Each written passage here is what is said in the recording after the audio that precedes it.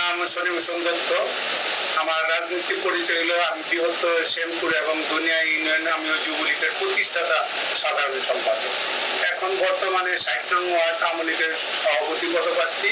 আমি দীর্ঘদিন রাজনীতি করছি, রাজপথে ছিলাম, এখন আছি, ভবিষ্যতেও থাকবো। কিন্তু দুঃখের সাথে বলতে হয় যে ১৭ তারিখ বুধবার ঠিক মনে করেন ৭টার দিকে, অনুমানিক 7টার দিকে আমি আমার মন্দিরের পাশে একটা আওয়ামী লীগের অফিস ৬০ নম্বর ওয়ার্ডে আমাদের ছোট আমি আমার নেতৃত্বে হয়েছিল।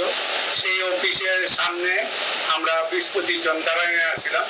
তারা যে ৫-৭০০ লোক লাঠি সোটা চাপাতি রামদাও নিয়ে তারা আসলো, আইসা আমগো একটা দাওয়া দিল, অফিসটা ভাঙচুর করলো, আমাদের ফেস্টুন গিলি পূজা হলাইলো, বাইরে রাস্তায় করলো তাণ্ডব। আমারে অনেকে দইরা মন্দিরের ভিতরে ঢুকাই দিল যে দাদা আপনারা কিন্তু মাইটা আলাইবো, আপনি এই সেফ সাইডে আনেন। আমি আমারে দইরা তারপরে সবাই আমরা মন্দিরের ভিতরে আসলাম।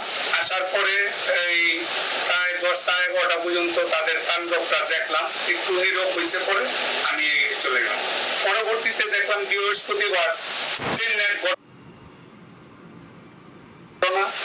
একই ঘটনা, আবার পুনরায় তারা কিন্তু এই অফিস আবার ভাঙছে, 2 দিন ভাঙছে। তারা বলছেন বঙ্গবন্ধু জাতির জনক বঙ্গবন্ধু শেখ মুজিবুরের ছবিটি পড়ছে, তারপরে আমাদের মাননীয় প্রধানমন্ত্রী জননেত্রী শেখ হাসিনা।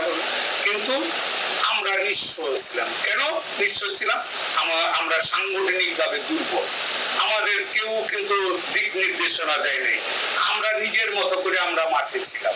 2 দিন ভাঙছে, জাতির জনক বঙ্গবন্ধু শেখ মুজিবুরের ছবিটি পড়ছে, তারপরে আমাদের মাননীয় প্রধানমন্ত্রী জননেত্রী শেখ হাসিনা। কিন্তু আমরা নিঃস্ব ছিলাম, আমাদের কেউ কিন্তু দিক নির্দেশনা দেয় নাই। আমরা নিজের মতো করে আমরা মাঠে ছিলাম। কিন্তু দেখেছি যে অনেকেই গা টাকা দিয়ে যে এই আমলিকে সুদিনে অনুপ্রবেশকারীরা তারা কিসের বিনিময়ে আসছে, নেতাকে দইরা হয়তো বা মনে করি টাকা দিয়া বা কিছু গিফট কইরা তারা আসছে।